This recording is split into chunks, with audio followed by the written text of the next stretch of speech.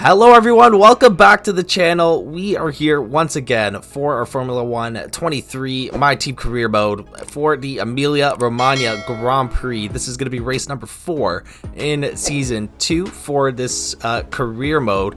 We are in Imola trying to, claw our way back into this Constructors' Championship, as we've had probably the worst start to a season that I've ever experienced in any My Team Career Mode season. We have only finished in the points twice out of the 3 races, and not even good points. We finished in P10 in Miami, and then I believe it was P7 in China, and we are legitimately slow, I would say, because Yuki Tsunoda also not performing on the R&D charts. We are currently the 6th fastest or 7th fastest car on the grid. It flips back and forth race to race, and at this point in the season I would put that on our R&D team and partially on myself, because I tried to rush a few upgrades through and it just caused this catastrophic collapse in our factory. We have not been getting very many upgrades through. I think this is the second race where we're gonna have pretty much the same car. We got a minor aerodynamic upgrade in, but it's not gonna do much in terms of our overall pace. All of our upgrades are pretty much backlogged, and with 10 race seasons, having those upgrades backlogged, definitely not good for the team, because this is race number 4. So next race, we will be halfway through the season already. But we are here in Q2 on our first flyer on the medium tires, and this is probably one of the first times I've really screwed up on a qualifying lap. We caught the grass just completely locked up, and we are going to lose that lap. Thank God, though, it is a banker lap, and it probably wouldn't have been a good lap anyways because we are on the medium tires. But with all these upgrades being backlogged, I already know this season is going to be very challenging, because now I'm really starting to look at facility upgrades, which I've never really done before. I'd kind of just get my money, see like what would seem best for the team, and then upgrade that facility accordingly. But now that we have these upgrades failing, I may start looking to see how we can increase the performance of the facilities, because it's really costing us our season at the moment, and it might have costed us the Constructors' Championship already with McLaren at like 60 or 70 points, something along those lines. We're only at 10.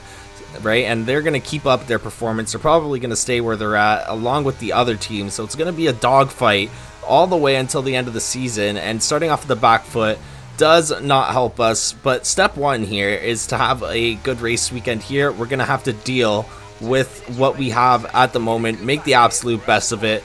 So after locking up on our first flyer in Q2, we once again are here, and this time we don't lock up. We almost run into Sergio Perez, but we are going to cross the line, and it is going to be a P10. We just squeeze into Q3, and I think that's the first time this season we've gotten into Q3. Yuki Tsunoda is out, so not great for him. He's pretty close though, so we're gonna cut him a little slack. Hopefully he's able to squeeze into the points by the end of the race. Lando Norris leading the session, of course. McLaren on an absolute tear this season. Lando Norris could be a potential world champion in this one. This race weekend's also going to be pretty interesting, because it looks like we are going to have a partially wet race here towards the back end of the race. So the plan here is to start on to the medium tires and then get onto the hards if it doesn't start raining, and then hopefully ride that out. If not, we will have to pit for the intermediates. Ideally it'll come before everyone pits, or maybe just inside the pit window. We can catch a few people off guard who make a bad strategy decision and decide to go on to the hard tires. So we're going to be keeping an eye on that throughout the race. I'm assuming it'll probably get cloudier as the race progresses, if it is going to rain. If it's not going to rain, usually it kind of just stays sunny and there's literally no change in the sky. Pretty logical, but it is like a game thing. But we are here on the final flying lap here. We are in P10. Our first lap was not good, and you could tell how we just squeezed this car into Q3. We are behind Pierre Gasly currently, and Alpine is also ahead of us in the constructors standings. So starting in front of Gasly would be great for our confidence, and obviously if we could finish in front of Gasly in the race, then that would be ideal as well. We'll get more points and close that gap We cross the line here, and we get a P4. So an absolute let's go. good race. I yelled into the mic after recording this, but we're in a P4. I don't know if we're going to be able to keep that P4. I think I put up the best possible lap I could in that car, and it's good enough for P4. We were 1/10 off of pole position, 10th and a half almost, but P4 is really good. If it starts raining, it's going to be a little bit harder to overtake, which means we can possibly hold this P4. Ideally, we'd want to go for a podium, but we will see what happens here. Let's get right into the race, guys. All right, so we have a great qualifying. I think that was probably the best possible lap I could have put up, and it puts us into P4. So we are in a really good spot to start this race, but obviously I'm worried about our overall pace in the session here, as all the cars behind us are a lot quicker than us, so it's gonna be very hard to keep this P4. We're gonna try our best. At the same time, we don't want to wear out our tires trying to defend for someone who's gonna inevitably overtake us, so we're gonna keep an eye out on the tires throughout this race, and hopefully we can keep the P4. If not, I will settle for the points, because that seems to be the standard for these last few races. If we lose out on the points, then that is a massive disappointment on the team. We've got Yuki Tsunoda starting in P12 as well, so hopefully he can fight his way into the points here, because we do have a good power unit, so we should be good down the long straight. But for the rest of the race, or the rest of the track, the other drivers may catch up to us. We're going to see what kind of performance Yuki Tsunoda and I can put up in this race. We are starting behind Fernando Alonso in the Aston Martin. They're still good in this F1 universe, unlike real life. And then we got George Russell behind us. It seems like everyone is starting on the mediums. We also have rain coming, most likely, maybe 3/4 through this race. But here we go for the Emilia-Romagna Grand Prix here in Italy at Imola. We got 5 red lights, and this race is underway here.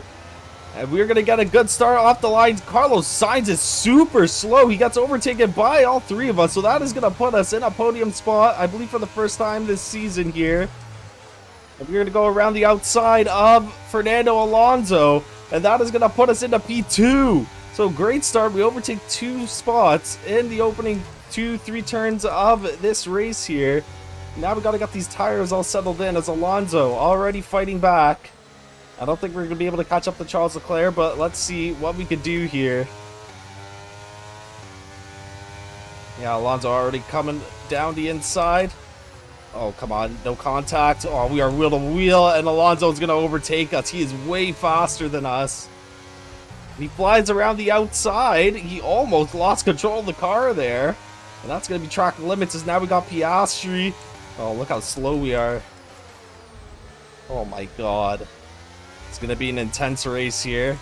And we kind of cut off Piastri, but he tried to dive down or go around the outside to make that move. So he's going to pay the consequences for that. Alright, so Oscar Piastri, he's going to overtake us. We drop back down into P4 to where we started, and I think that is George Russell now. Oh, we have contact with Carlos Sainz. And do we have damage on the car? Please don't have damage. Vehicle condition. Okay, again, it's not working. Vehicle condition. Oh my gosh. Okay, well, we'll see if we have damage later on. Car feels fine at the moment. Trying to see if we have damage on the car. We might have a little bit of front wing damage. Seems to be a slightly lighter shade of green there. It's really hard to see. They need to fix that. But we are going to have DRS on Oscar Piastri with this long straight. We should be able to get this move done, get back into P3. We might be playing tag with Oscar Piastri until someone's tires decide to fall off here. And we're not going to use a battery here. We are going to conserve it. Just get past Piastri naturally. Maybe use it a little bit. I lied. Holy, look at him. He's trying to shove us wide here. And we're going wheel to wheel into turn 1. And we're just going to edge him off there to take P3. Alonso and Charles Leclerc getting way out ahead here. So Lewis Hamilton has been on a rampage. He was 1.5 seconds behind us on the previous lap. He's now going to pass us. We're not going to fight him here because he's just way too fast. We don't want to burn out those tires like I said earlier. So maybe we can just follow him closely and he can just give us a tow around the track. If not, Carlos Sainz will be catching up to us fairly quickly, and maybe we can get DRS off of Lewis Hamilton here. That would be great. Oh, it's George Russell behind us now, not Carlos Sainz. So the Ferrari looking a little slow. He might have suffered damage going into turn 1 because he fell back and then he had to deal with all that traffic, so might have dealt some damage to his car. But we do have DRS, which is going to help us. I ideally don't want to overtake Hamilton because that's just going to leave us more exposed to George Russell.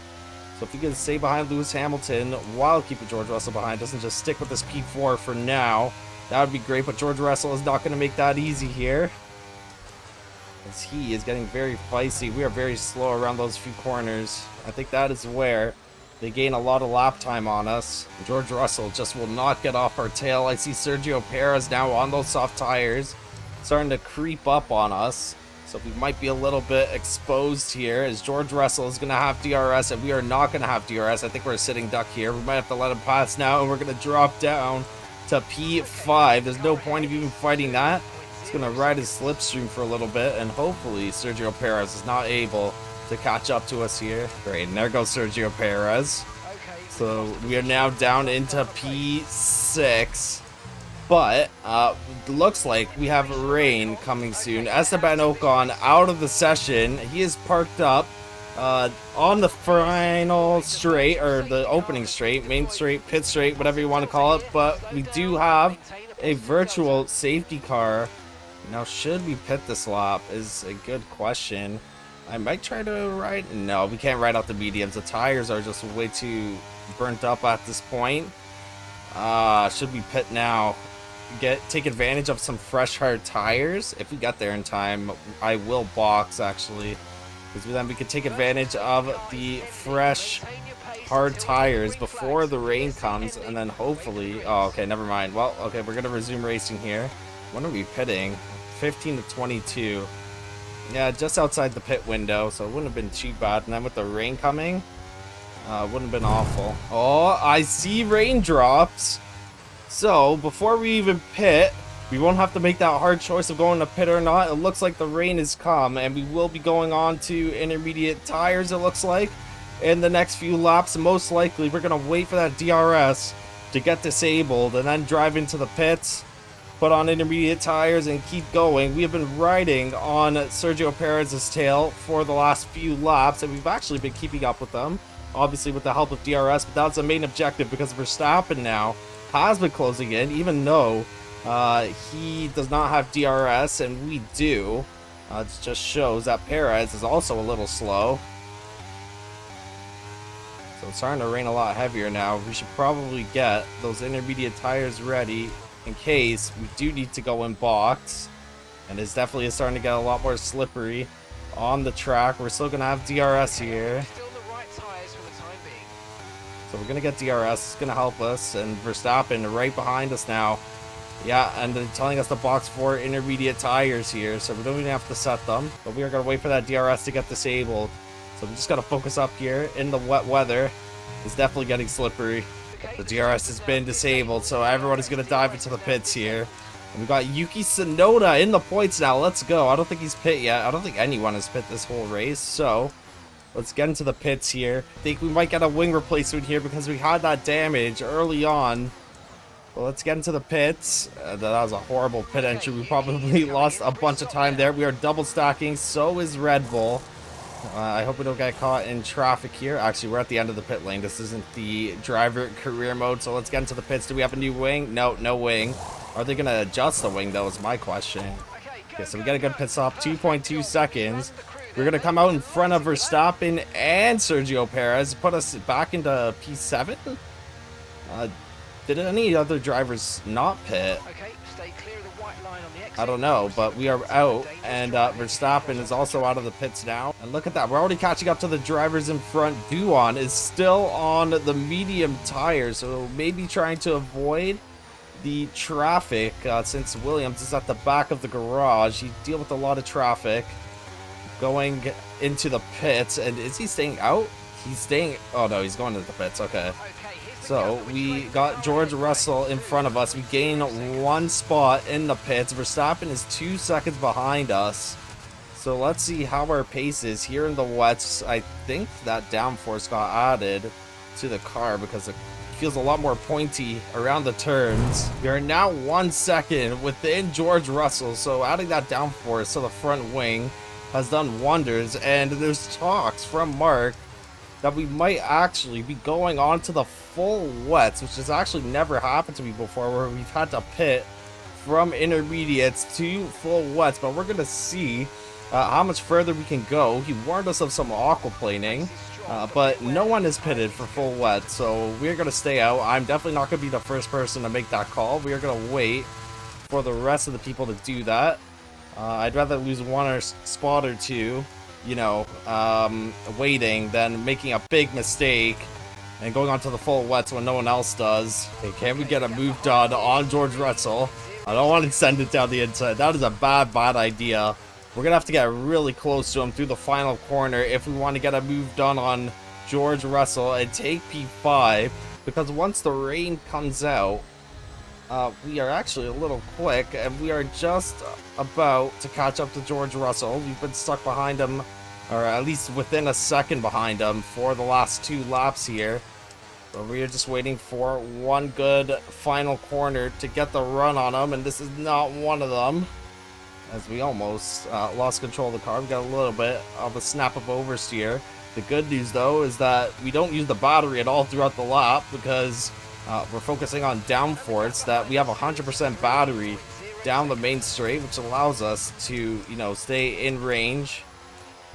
Oh my god, that was close. Yeah, we might actually be able to get a move done here on George Russell. We've got 2 laps left to go in this race. We need a good exit out of that final corner. Oh, George Russell slips up here, and never mind. We're not going to need a good exit out of the last corner, because we are going to overtake George Russell very easily here, going down into the penultimate corner. You might get a little bit of a slipstream on us going down into turn 1. And who is that up ahead of us? Are these back markers, or are these... No, that is Perez and Hamilton right in front of us battling for position. So maybe we can get in on the action. We are going to have that inside positioning down to turn 1. Oh, we have contact. I kind of shoved him wide there. Did I shove him off the track? No, he seems to be fine. He's been holding me up this entire race. We finally get past him. Maybe not so cleanly the second time around, but we now have Perez and Hamilton fighting for the final podium position. I don't think we're catching them. They're 2.8 seconds ahead, unless they get to some major collision right this instant. We're not catching them. They're not even grouped up. Alonso is just in front of them, so now it seems like a three-way battle for P2. Charles Leclerc just absolutely runs away with this race, and hopefully here we're going to get a P5. It's going to be, I think, 10 points on the board, which is going to be great for the team. I'm going to see maybe Yuki Tsunoda is able to squeeze into the points. No, I think he is outside the points, but George Russell, he is now behind us, and we are swerving all over the place. We need to finish this lap cleanly. I'm going to try and get a teammate status. My mic isn't working for the engineer commands. Let's see here. It's a little risque, but I'd like to know where Yuki Tsunoda is. Oh, it is working. Okay. Okay, let's see if this works here. Oh my god, dude. Okay, I know. I know. Wait, did he say Yuki Tsunoda? Oh my god, he's giving me the whole spiel, man. No, he's definitely not in the points. Oh my gosh. Okay, so he finishes where he started. We're going to cross the line in P5. We started in P4, only lost 1 spot. That's a dub in my books. We will take those points gladly, so my game is just glitching out at the moment.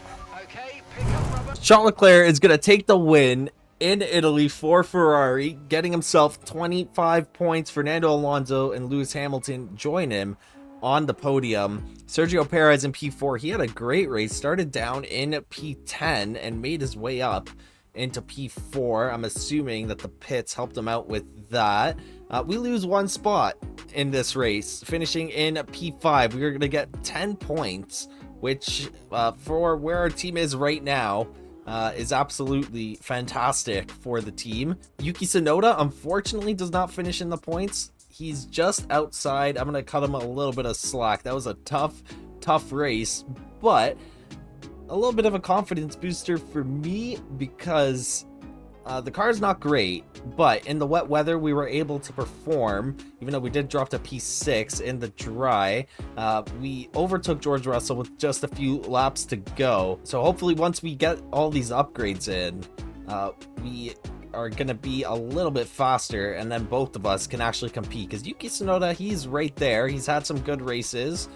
He hasn't finished in the points too much, but he's just outside. So if we can get him a better car, he should be consistently finishing in the points. And that drive is also gonna put us in front of Alpine in the Constructors Championship. We were down in P7 with just 9 points, and then with the 10 points, we're now at 19, 5 points ahead of Alpine. And neither of the Alpine drivers finished in the points today, so good points for the team. That is an extra few $1 million if we could hold that position until the end of the season, but hopefully we can maybe catch up to Aston Martin. It's going to be tough in the back half of the season, but we are up for the challenge. And then obviously Red Bull is right there as well. We could potentially get P3 realistically in this championship if we have a dream scenario where we just do perfect every single race. Then we could obviously still get P1. We're still mathematically in it, but realistically I think we could get P3. But in terms of upgrades here, our durability is not the greatest, and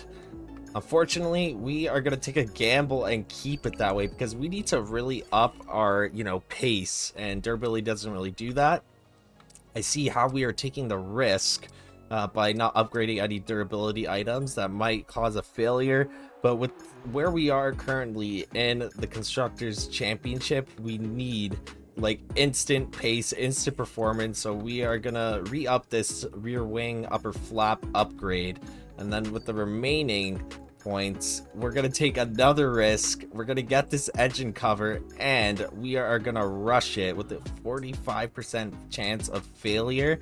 If we get it, we will be set for Spain, and then if not, it might be, we might get it after the Canadian Grand Prix, which is going to be awful, but we're going to risk it here because that's going to shoot us up quite a few spots in the R&D charts here. On top of that as well, we do have the aerodynamics upgrade in the works from last race. I forgot which one it was. I think it's the SidePod profile, which is a major upgrade. So we could potentially have 2 major upgrades, and then with those upgrades on the car, it looks like based on these charts we'd be the 3rd, maybe 2nd fastest car, but that obviously depends as well on the upgrades that the other teams are bringing in. And I think we may have to re-sign Yuki Tsunoda to a new contract, but let's see here. Okay, SidePod profile. No, man. Oh my gosh. So the entire development package for the weekend. Oh my god. Why can't they get an upgrade in on time, man? Holy shit.